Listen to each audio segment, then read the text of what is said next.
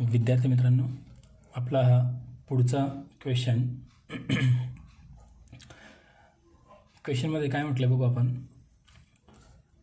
From the following trial balance and adjustment given below you are required to prepare trading account and profit and loss account for the year ending 31 March 2020 and balance sheet as on that date of Mrs Sonal and Minal.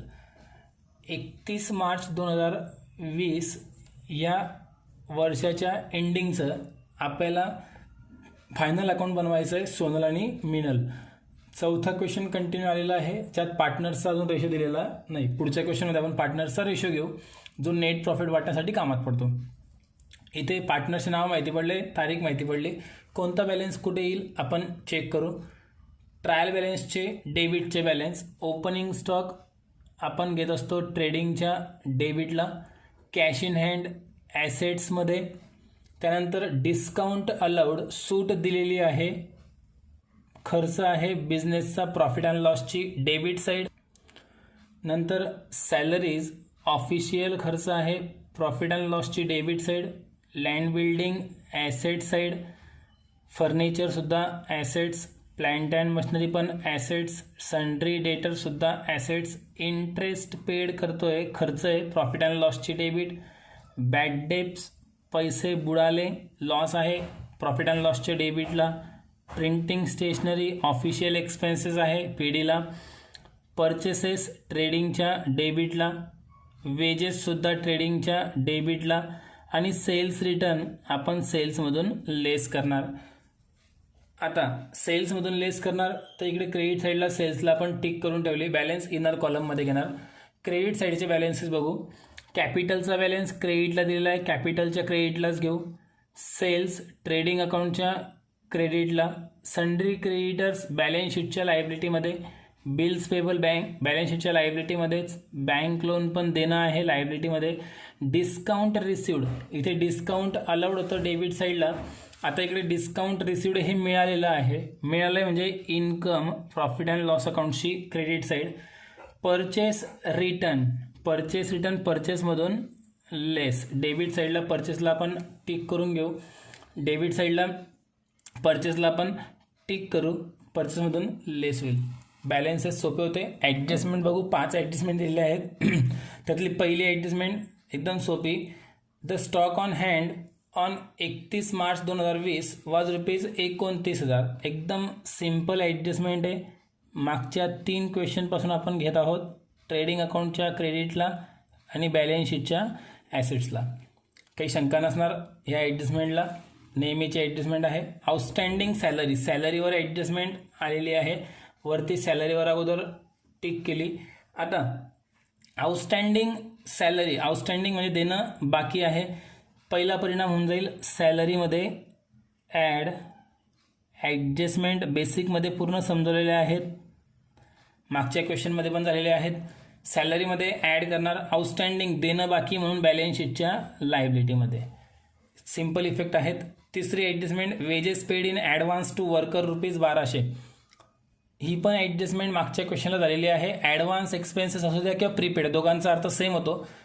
पहिला परिणाम वेजेसमधून लेस करणार,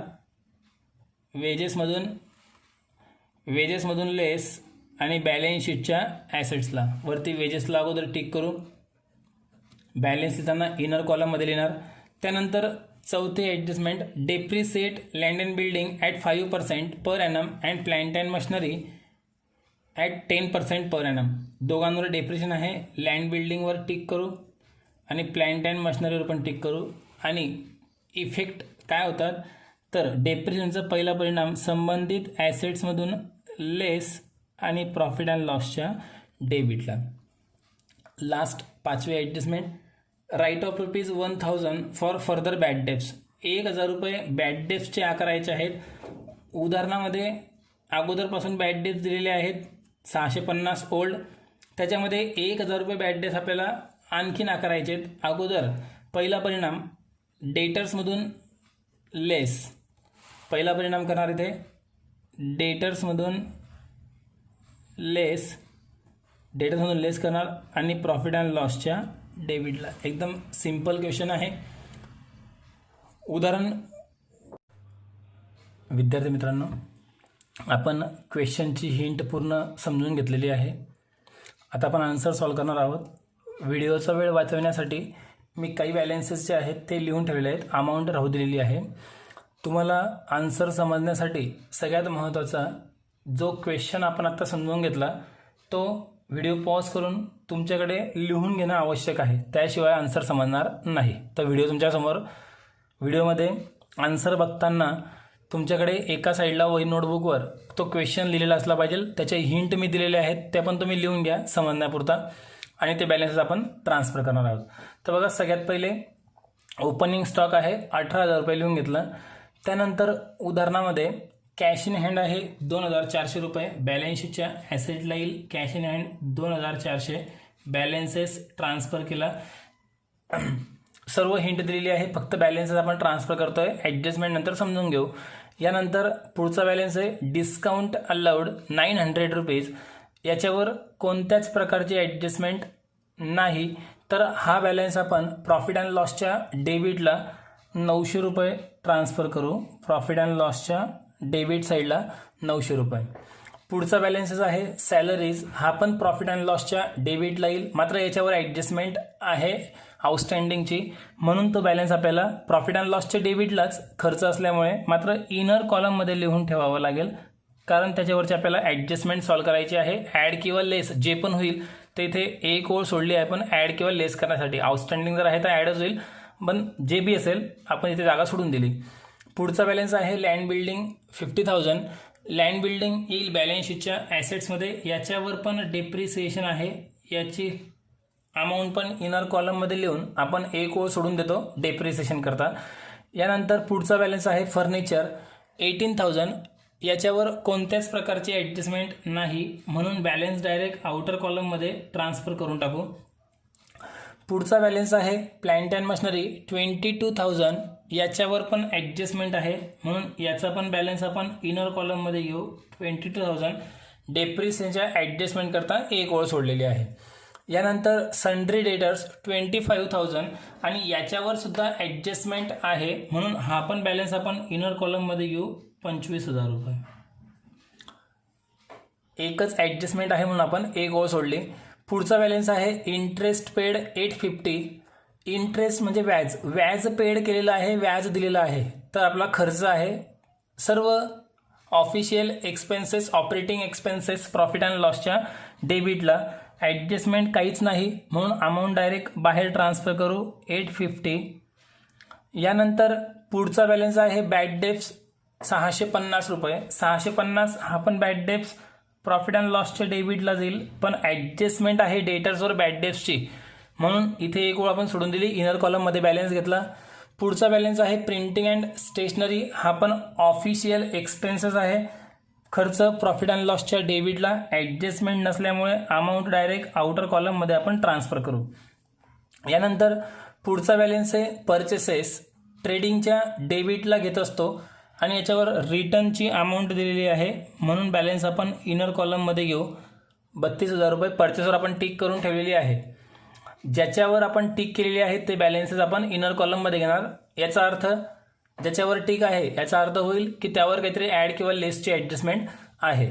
पुढचा balance आहे wedges 2,800 रुपये. याच्यावर पण एक adjustment आहे, तो पण बॅलन्स आपण इनर कॉलममध्ये लिहून घेऊ 2,800. आणि डेबिट साईडला शेवटचा बॅलन्स आहे सेल्स रिटर्न 1,800 रुपये. जेव्हा आपण सेल्सची अमाऊंट आपण इथे लिहिणार तेव्हा सेल्समधून आपण त्याला लेस करू. मी तुम्हाला हिंट देताना सांगितलं होतं, रिटर्नच्या पुढे आपण लिहिलेलं आहे मायनस सेल्स, सेल्समधून त्याला आपण लेस करू. डेबिट साईडचे बॅलन्सेस संपले, सेल्स रिटर्न बाकी आहे. पुढचा एक बॅलन्स आहे क्रेडिट साईडला. बघा आता कॅपिटलचे बॅलन्सेस सोनल आणि मिनल दोघांचं पण बॅलन्स 35,000 रुपये आहे. तो बॅलन्स आपण कॅपिटलच्या क्रेडिट साईडला त्यांच्या कॉलममध्ये लिहून घेतले. पुढचा बॅलन्स आहे सेल्स 47,200 रुपये. 47,200 रुपये आपण ट्रेडिंग अकाउंट्सच्या क्रेडिटला इनर कॉलममध्ये घेऊ, कारण आत्ता आपण डेबिट साईडचा शेवटचा बॅलन्स सेल्स रिटर्नचा बघितला 1,800 रुपये. याच्यामधून आपल्याला लेस करायचे आहेत. 47,200 मधून 1800 लेस करू 45,400 रुपये बॅलन्स उरेल. बॅलन्स उरतोय 45,400 रुपये. 47,200 मधून 1800 लेस केले 45,200 रुपये. ट्रायल बॅलन्सचा कोणताही बॅलन्स जर असेल तर एकच परिणाम करेल. याचा अर्थ हा रिटर्न ट्रायल बॅलन्सच्या डेबिटला होता म्हणून लेसचा फक्त एकच परिणाम केला, दुसरा परिणाम करण्याची गरज नाही. नंतर पुढचे 3 balances sundry creditors, bills payable आणि बँक लोन, तिघं पण बॅलन्सेस आपली लायबिलिटी आहे, त्यावर ॲडजस्टमेंट पण काहीच नाही. सर्व बॅलन्सेस फक्त लायबिलिटीमध्ये आपण ट्रान्सफर करून टाकू. सगळ्यात अगोदर सन्ड्री क्रेडिटर्सचा बॅलन्स 29,000, ॲडजस्टमेंट नसल्यामुळे अमाऊंट डायरेक्ट आउटर कॉलममध्ये 29,000. याच्यानंतर बिल्स पेएबल 7,000. पुढचा बॅलन्स आहे बँक लोन 20,000.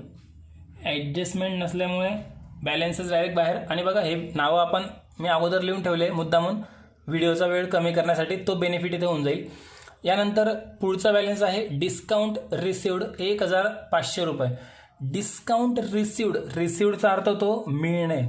सूट जर आपल्याला मिळालेली आहे तर आपलं इन्कम आहे आणि आपण सर्व इन्कम सर्व फायदा प्रॉफिट अँड लॉस अकाउंटच्या क्रेडिटला घेतो. ॲडजस्टमेंट काहीच नसल्यामुळे अमाऊंट डायरेक्ट आउटर कॉलममध्ये घेऊ 1,500 रुपये. पुढे ट्रायल बॅलन्सच्या क्रेडिटला शेवटचा बॅलन्स आहे परचेस रिटर्न 2,200 रुपये. परचेसमधून लेस करून टाकू. 32,000 मधून 2,200 रुपये लेस करू 30, 29,800 बॅलन्स उरेल. 29,800 रुपये बॅलन्स बाहेर. आणि बघा इथपर्यंत ट्रायल बॅलन्सचे सर्व बॅलन्सेस आपण ट्रान्सफर करून टाकले. आता आपण एक एक ॲडजस्टमेंट सॉल्व करू. ॲडजस्टमेंट सॉल्व करताना कोणत्याही ॲडजस्टमेंट्सचे 2 इफेक्ट होणार आहेत, ते आपण अगोदर लक्षात घ्यायचे आहे. तर चला मग आपण ॲडजस्टमेंट सॉल्व करू. पहिली ॲडजस्टमेंट आहे क्लोजिंग स्टॉकची. क्लोजिंग स्टॉकची अमाऊंट आहे 29,000. क्लोजिंग स्टॉक पहिल्या क्वेश्चनपासून बघतोय, सगळ्यात सोपी ॲडजस्टमेंट आहे. क्लोजिंग स्टॉक आपण 2 ठिकाणी घेतो, एक ट्रेडिंग अकाउंट्सच्या क्रेडिटला आणि एक बॅलन्स शीटच्या ॲसेट्समध्ये. तर 29,000 रुपये 2 ठिकाणी आपण लिहून घेऊ, ट्रेडिंगच्या क्रेडिटला आणि एक बॅलन्स शीटच्या ॲसेट्समध्ये. 29,000. पहिल्या ॲडजस्टमेंटचा परिणाम संपला. बोर्डाच्या पेपरमध्ये ही ॲडजस्टमेंट 1 मार्कांसाठी असते. इथं बॅलन्स दिला तो अर्धा मार्क आणि इथं बॅलन्स दिला तो अर्धा मार्क, असं 1 मार्कांसाठी ॲडजस्टमेंट कंपल्सरी पेपरला येतेच. पुढची सेकंड ॲडजस्टमेंट बघू आपण. आउटस्टँडिंग सॅलरी वाज ₹700. आउटस्टँडिंगचा अर्थ असतो बाकी असणे. आता सॅलरी आपला खर्च आहे, तर खर्च कधी पण द्यायचाच बाकी राहील, मिळायचा बाकी राहणार नाही. खर्च द्यायचा बाकी आहे. आत्तापर्यंत आपण 1,300 रुपये सॅलरी देऊन टाकली, अजून 700 रुपये सॅलरी द्यायची बाकी आहे. म्हणजे याचा अर्थ काय आहे की 1,300 रुपये दिले गेले, 700 रुपये द्यायचे बाकी आहेत. आपला खर्च ऑलरेडी 2,000 रुपये होता पगारचा सॅलरीचा, त्यातनं 1,300 दिले, 700 आपण पुढच्या वर्षी पेड करणार, कारण आपण 31 मार्च 20ला अकाउंटिंग क्लोज करतोय. तर हे 700 जे उरले ते आपण पुढच्या वर्षी देणार.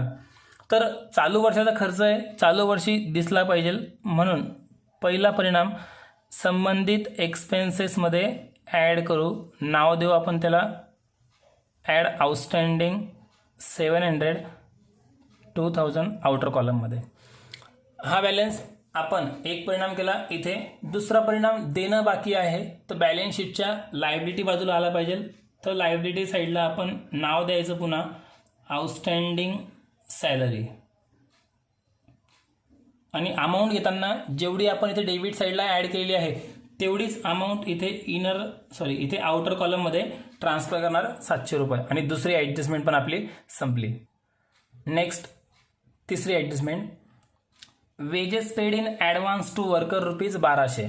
आपण जो वेजेस पेड केलेला आहे 2,800 रुपये, त्यातनं 1,200 रुपये आपण ॲडव्हान्स पेड केलेला आहे असं म्हटलेलं आहे. त्याला आपण ॲडव्हान्स किंवा प्रीपेड असं पण म्हणू शकतो. आणि अमाऊंट आहे प्रीपेडची 1,200 रुपये. सर्व ॲडजस्टमेंटचे परिणाम काय होणार आहेत मी ते क्वेश्चनमध्ये हिंटमध्ये दिलेले आहेत. ॲडजस्टमेंट जी तिसरी होती त्याच्या पुढे मी लिहून ठेवलेलं आहे मायनस वेजेस आणि बॅलन्स शीटची ॲसेट साईड. तर 2,800 मधून 1,200 जर लेस केले तर 1,600 रुपये बॅलन्स बाहेर येईल. 1,600 बॅलन्स बाहेर घेतला. आणि दुसरा परिणाम बॅलन्स शीटच्या ॲसेट्समध्ये घेऊ, त्याला नाव देऊ आपण प्रीपेड वेजेस. बॅलन्स शीटच्या ॲसेटला प्रीपेड वेजेस, जितकी अमाऊंट इथे आपण लेस केली तीच अमाऊंट इथे आली पाहिजे 1200 रुपये. याचा अर्थ इथे काय होतोय की 2800 आपण जी वेजेस आतापर्यंत पेड केली त्यातनं फक्त 1600 रुपये चालू वर्षाचा खर्च आहे, 1200 पुढच्या वर्षाचा आहे, तो चालू वर्षाचा नाही, म्हणून त्या अकाउंटिंगला यायला नको. तिसरी ॲडजस्टमेंट संपली. चौथी ॲडजस्टमेंट बघू, सगळ्यात सोपी ॲडजस्टमेंट. डेप्रिसिएशन आहे लँड बिल्डिंगवर 5% आणि प्लांट मशिनरीवर 10%. आपण ऑलरेडी इथे नावं टाकून जागा सोडून दिलेली आहे. तर सगळ्यात पहिले आपण लँड बिल्डिंगवर 5% आहे, लँड बिल्डिंगमधून आपण डेप्रिसिएशन लेस करू 5%. इथे नाव देऊ लेस डेप्रिसिएशन 5%. 50,000वर 5% जर आकारले आपण तर अमाऊंट येईल 2500 रुपये. 50,000मधून 2500 लेस केले, अमाऊंट बाहेर येऊन जाईल 47,500 रुपये. ॲडजस्टमेंट अजून संपलेली नाही. अजून एक प्लांट मशिनरीवर 10%ची डेप्रिसिएशनची अमाऊंट आहे. तर मग प्लांट मशिनरी आहे 22,000 रुपये. इथे पण सेम नाव देणार आपण लेस डेप्रिसिएशन 10%. 22,000 रुपयांवर 10% अमाऊंट 2200 रुपये आले. 22,000मधून 2200 रुपये लेस करून टाकणार, बॅलेन्स बाहेर होईल 19,800 रुपये. दोन ॲसेट्सवरच्या ॲडजस्टमेंटचा जो पहिला परिणाम आहे दोघांचा आपण स्वतंत्र करून टाकला. दुसरा परिणाम आपण प्रॉफिट अँड लॉस अकाउंटच्या डेबिट साईडला केला पाहिजे. तर प्रॉफिट अँड लॉसच्या डेबिट साईडला येऊ. इथे कसं लिहिणार आहे बघा आपण, टू डेप्रिसिएशन ऑन.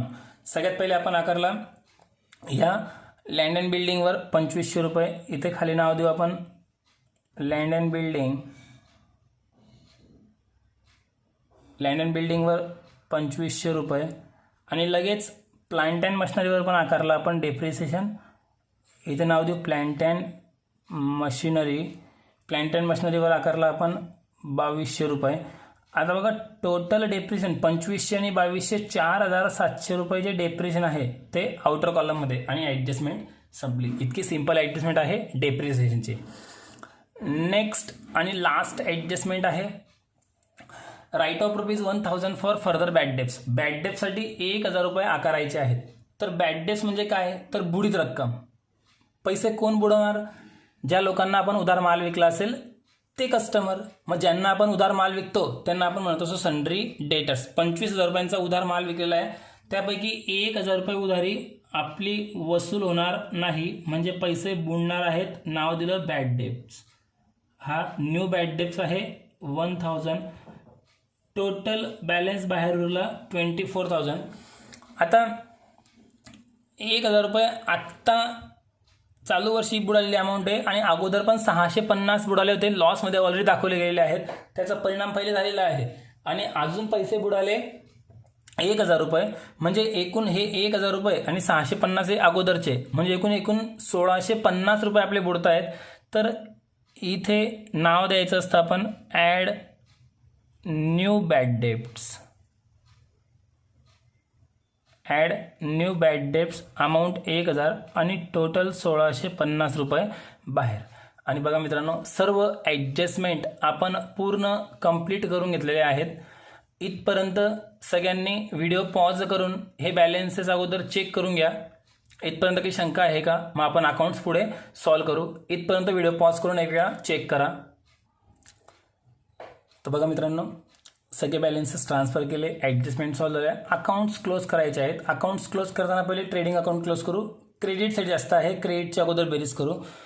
2 0 कॉमन आहेत, 4 जसाच्या तसा, 9 आणि 5 14, 4 अच्छाला 1, 1 आणि 2 3 आणि 7 4, 74,400 रुपये. डेबिट साईडला घेऊ 74,400 रुपये. 74,400मधून वरचे अमाऊंट आपण पूर्ण लेस करणार, आणि जो बॅलन्स इथं येईल त्या बॅलन्सला आपण नाव देणार ग्रॉस प्रॉफिट. जो बॅलन्स इथे येईल त्याला आपण नाव देणार ग्रॉस प्रॉफिट. हा बॅलन्स तुम्हाला उदाहरणामध्ये दिलेला नाही, शोधून काढायचा आहे. मुद्दामून मी याला सर्कल करून ठेवत आहे, तुम्ही पेपरला सर्कल करायचा नाही. पण आता बॅलन्स कसा काढणार, ग्रॉस प्रॉफिट कसा काढणार. तर 74,400मधून वरचे 18,000, 29,800 आणि 1,600 रुपये लेस करणार. डायरेक्ट जर लेस करता येत नसतील तर अजून एक पद्धत आपल्याकडे आहे. साईडला आपण बॅलन्स लिहून घ्यायचा. तुम्ही इथं नाही लिहिता, रफ पेजवर लिहायचा आहे. 74,400 ही ट्रेडिंगची क्रेडिट साईडची टोटल आहे. आपण हे कॅल्क्युलेशन करत आहोत ग्रॉस प्रॉफिटसाठी. तर 74,400मधून वरच्या अमाऊंट लेस करायचे आहेत. यांची टोटल याच्या खाली लिहून टाकू. 2 0 इक्वल आहेत. 6 आणि 8 14,400 हातच्याला 1 1 आणि 1 2 आणि 9 11 आणि 8 19 9 हातच्याला 1 1 आणि 2 3 आणि 1 4 49,400 रुपये आपल्याला लेस करायचे आहेत 74,400मधून. तर बघा आता लेस करून टाकू. ही टोटल आहे ट्रेडिंगची डेबिट साईड.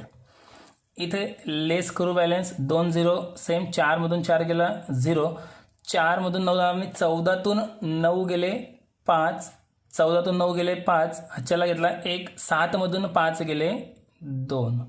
तर बॅलन्स इथं येतोय 25,000. याचा अर्थ हा ग्रॉस प्रॉफिट सापडला 25,000.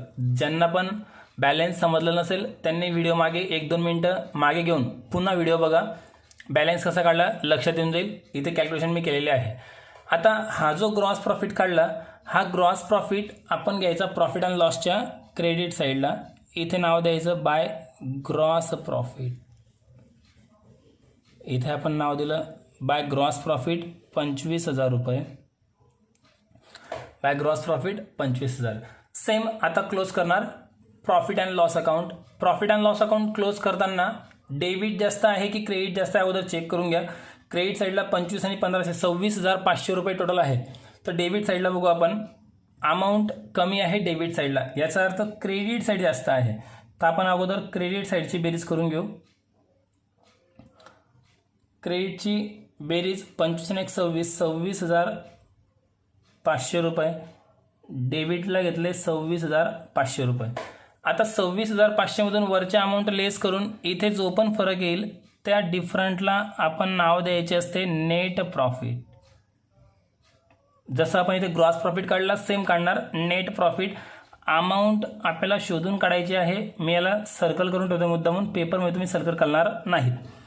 आणि हा जो नेट प्रॉफिट येईल तो नेट प्रॉफिटवर हक्क दोघी पार्टनर्सचा राहील. सोनल आणि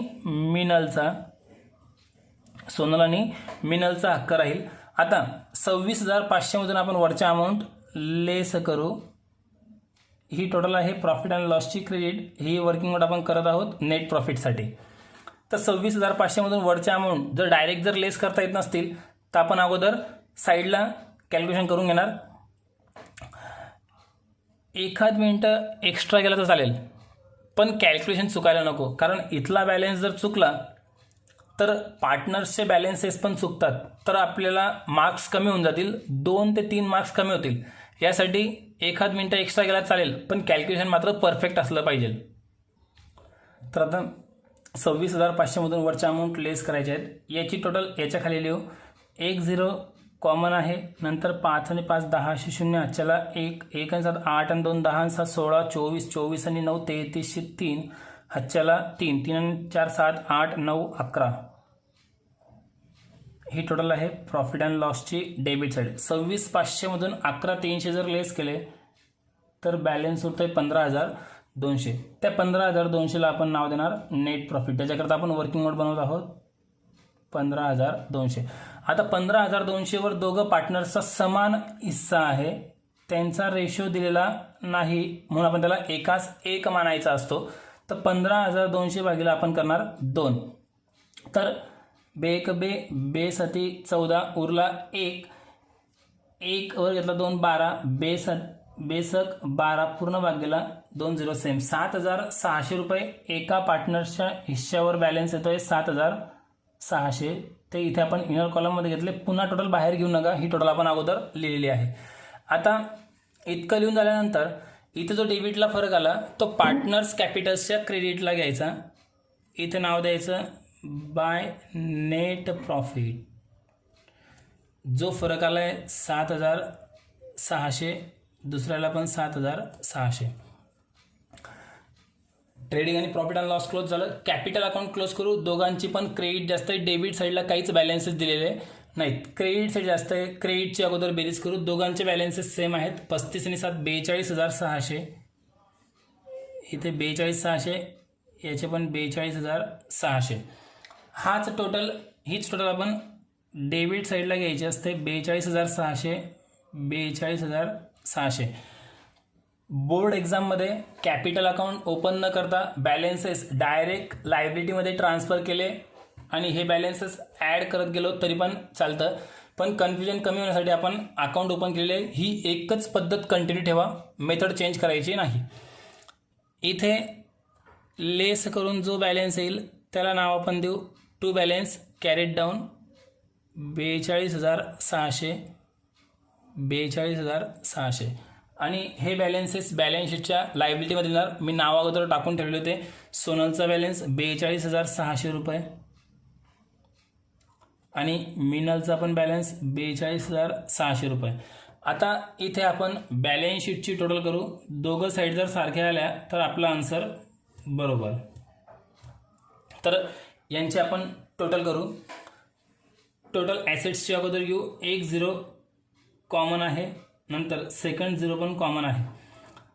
2 आणि 8 10 आणि 5 15 आणि 4 19, 9 हातच्याला 1 1 आणि 1 2 2 आणि 9 11 आणि 4 15 आणि 9 24 24 आणि 8 32 आणि 7 39 आणि 2 41, 1 हातच्याला 4 4 आणि 2 6 8 9 10 14 1,41,900 ॲसेट साईजची टोटल आहे.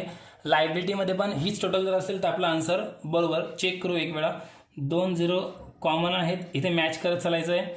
7 आणि 6 13 आणि 6 19, 9 हातच्याला 1 1 आणि 7 8 8 आणि 9 17 17 आणि 2 19 आणि 2 21, 1 हातच्याला 2 2 2 4 आणि 2 6 10 14 1,41,900. पूर्ण बॅलेन्सेस ट्रान्सफर करून बॅलन्स शीट टॅली होत आहे. उदाहरणार्थ जर काही कन्फ्युजन असेल तर व्हिडिओ पुन्हा बघा आणि जे ॲडजस्टमेंट तरी पण समजत नसेल ते मला फोन लावून विचारून घ्या. मी तुमचं पूर्ण डाऊट्स क्लिअर करून देईल.